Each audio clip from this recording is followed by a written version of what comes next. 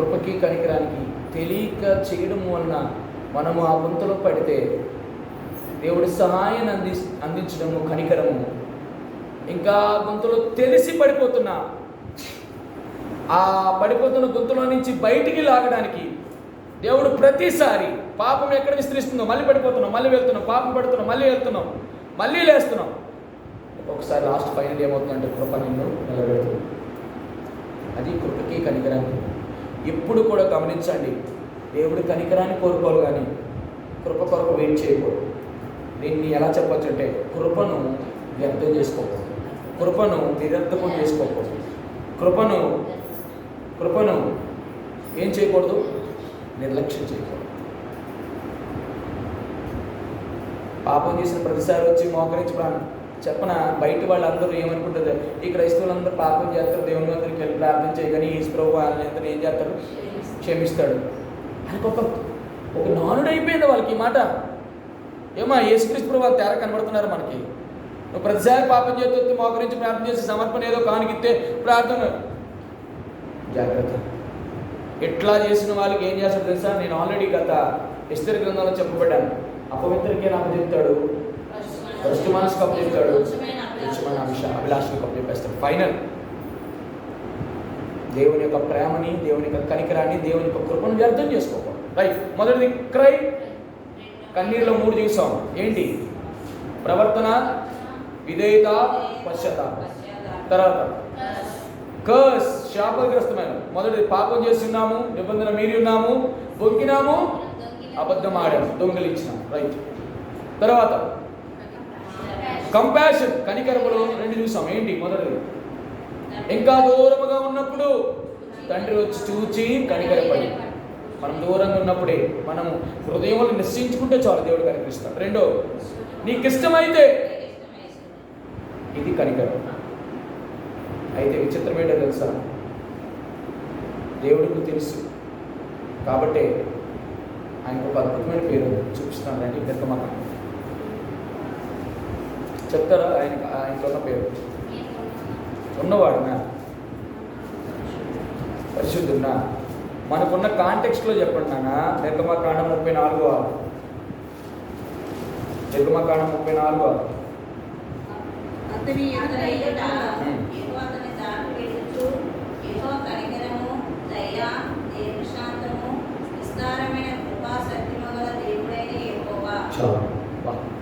ఆ మాట ఏంటి?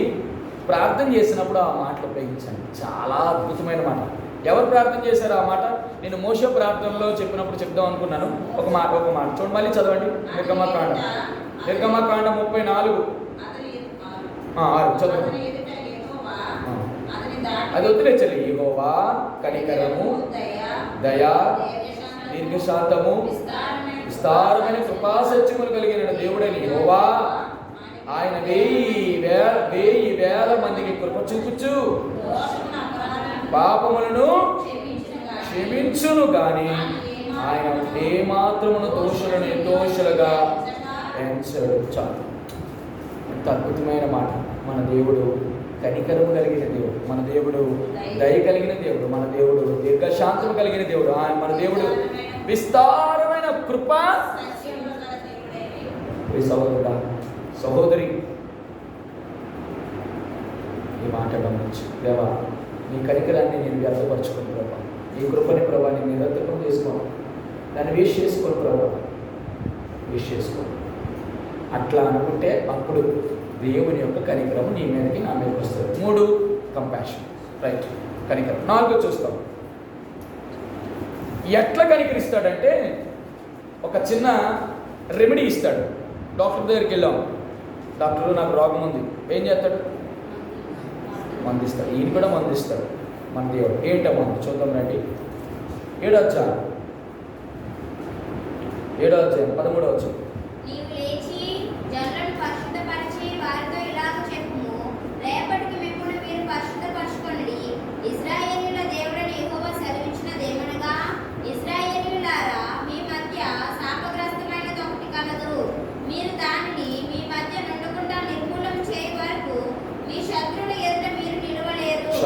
ఎంత అద్భుతం, ఎంత రోగాన్ని ఎంత చక్కగా డయాగ్నోసిస్ చేస్తాడు.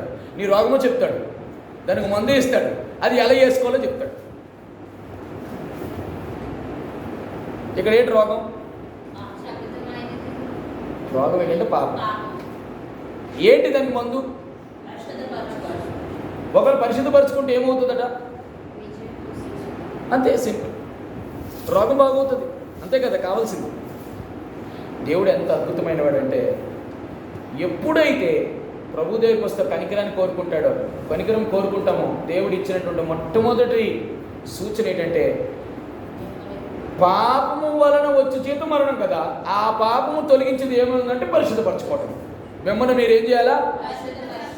ఇప్పుడు విచిత్రం ఏంటంటే, వారిని వారు ఎలా పరిశుద్ధపరచుకోగలరు?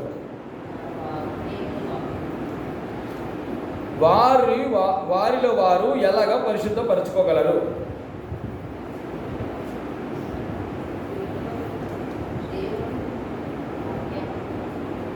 చెప్పాలి. ఇక్కడ అక్కడ విషయం కూడా చెప్పాడు కదా, చూడండి అదే మాట. అది మీలో శాపగ్రస్తమైనది ఒకటి కలదు. తర్వాత అదండి, చాలు. ఆ పాపము ఏటో నీకు చెప్పినాడు, అది తీసుకొని ఏం చేయాలి? నిర్మూలన చేయాలి. ఆ నిర్మూలన చేస్తే మీరు పరిశుద్ధపరచుకున్నట్టే, అంతే కదా. పాపం ఒప్పుకోవడం ఇక్కడ, అక్కడ నిర్మూలన చేయాలి. వాళ్ళు ఏం చేశారంటే చూడండి, 14 వచ్చింది, 15 వచ్చింది. అప్పుడు శపితమైనది ఎవరి యొద్ద దొరుకునో వానిని కలిగిన వారినందరినీ అగ్ని చేత కాల్చివేయవలెను. అనగా వాడి యెహోవా నిబంధన మీరు ఇశ్రాయేలు దుష్కార్యము ఇచ్చినటువంటి ట్రీట్మెంట్ ఏంటంటే అగ్ని చేత ఏంటి కాల్చమన్నాడు? శపితమైన దానిని, వారిని, అందరినీ. ఏమిటి అగ్ని? అక్కడ అగ్ని భౌతికంగా, ఇక్కడ అగ్ని నా మాట. అంటే నీలో పాపం పోవాలంటే దేవుడు ఇచ్చిన మందు ఏంటి అంటే దేవుడి వాక్యం. దేవుడి వాక్యం నీ దగ్గరికి వచ్చినప్పుడు అంతే కదా, ప్రభువా నేను పాపము చేయకున్నట్లు ఈ వాక్యమును నా హృదయంలో నేను ఉంచుకొని ఉన్నాను. నేను ఒకసారి నాకు వచ్చిన డౌట్ వస్తుందమ్మా, ఏంటంటే మనందరికి వాక్యం తెలుసా లేదా చెప్పండి. ఏమమ్మా, మనకు వాక్యం తెలుసా తెలీదా?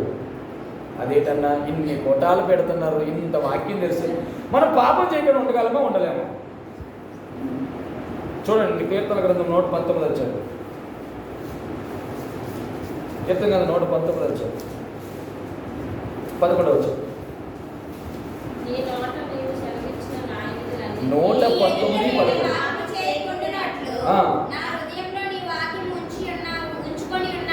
మరొకసారి చదువుతుంది బాగా.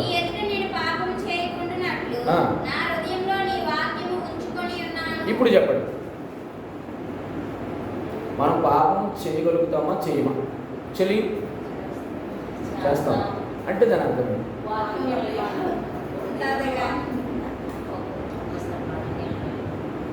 చెప్పాలి. చెప్తాను, చెప్పినాను. వాక్యము మన హృదయములో వాక్యం ఉండడం అంటే అర్థం ఏంటి?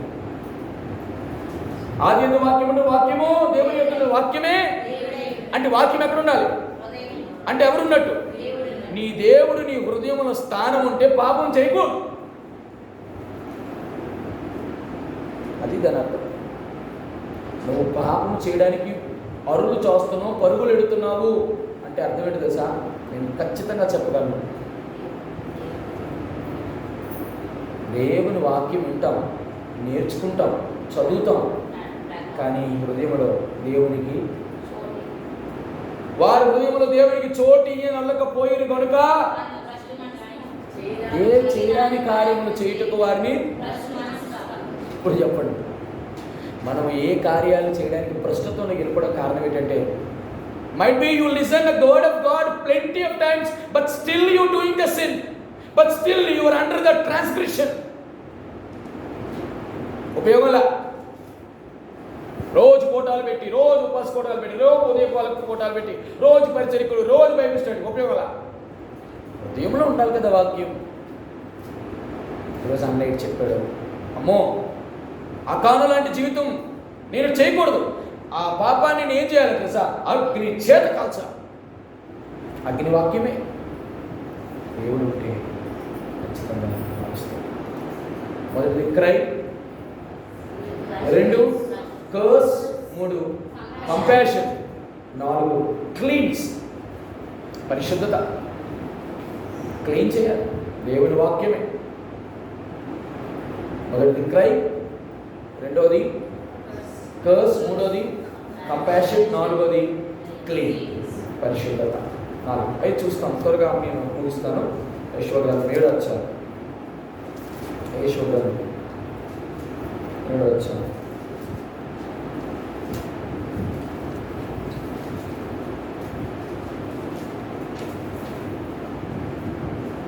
రండి 19 వచ్చు. 7:19.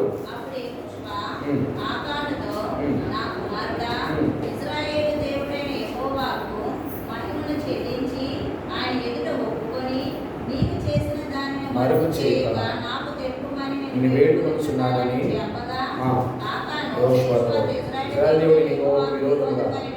నేను పాపము చేసినది నిజము. దోపుడు సొమ్ములో ఒక మంచి షీనారపై వస్తువు 200 తురమల వెండి, 50 తురమల ఎత్తుగల ఒక బంగారు కమ్మని నేను చూచి వాటిని ఆశించి తీసుకుంటున్న. ఇదిగో అది నా డారా మధ్య అవి భూమిలో దాచబడి ఉన్నది. ఆ వెండి దాని క్రింద ఉన్నదని ఉత్తరం ఇచ్చి తాను చేసినదంతయు కన్ఫెస్.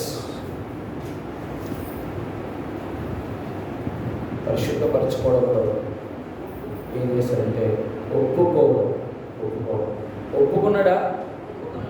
రెండోది విడిచిపెట్టాడా లేదా?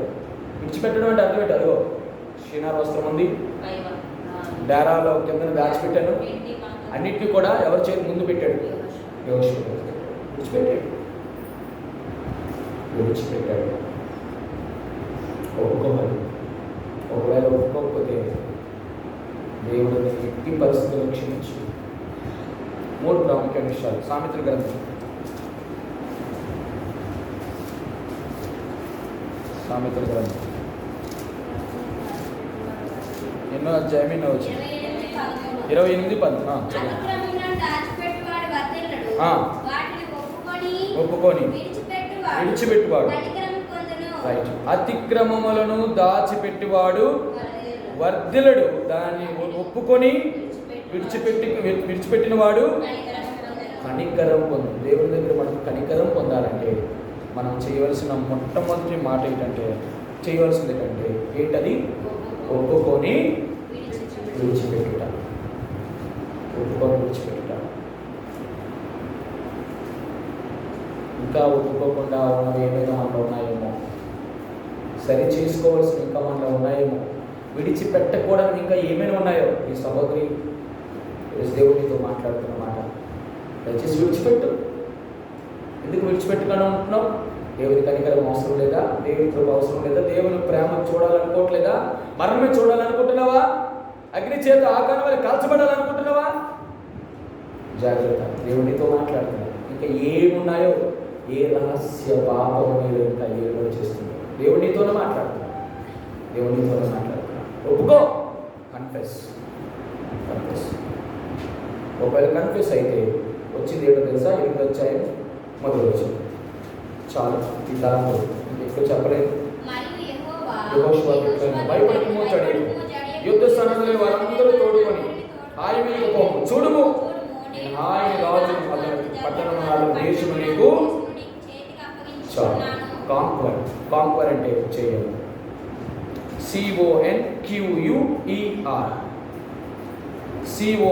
CONQUER.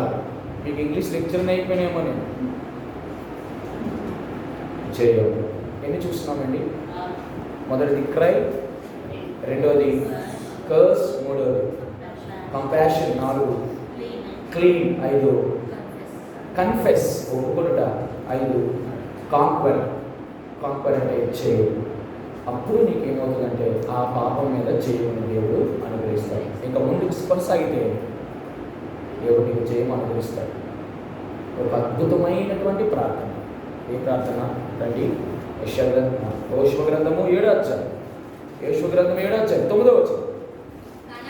కనానీయులు ఈ దేశ నివాసులందరూ విని మమ్మల్ని చుట్టుకొని మా పేరు భూమి మీద ఉండకుండా తొడివేసినడలా ఘనమైన నీ నామం గురించి నీవేమి చేయవని ప్రార్థింపగా.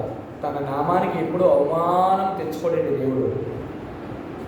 ఏ వ్యక్తి ద్వారా అయితే అవమానం వచ్చిందో, ఏ పాపము ద్వారా అయితే దేవునికి అవమానం వచ్చిందో, ఆ పాపాన్ని ఏం చేస్తాడు తెలుసా?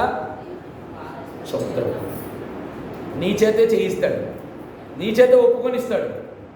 మళ్ళీ నువ్వే దేవుని భయపరిచేటట్టుగా చేస్తాడు. అది ప్రార్థన. యోషువ చేసిన ప్రార్థనలో 6 అంశాలు చూసాం. మొదటిది కన్నీరు, రెండవది శాపము, 3 కనికరము, 4 పరిశుద్ధత, 5 ఒప్పుకోలు చేయకపోవడం. దేవుడి పరిశుద్ధ వాక్యం ఆమె.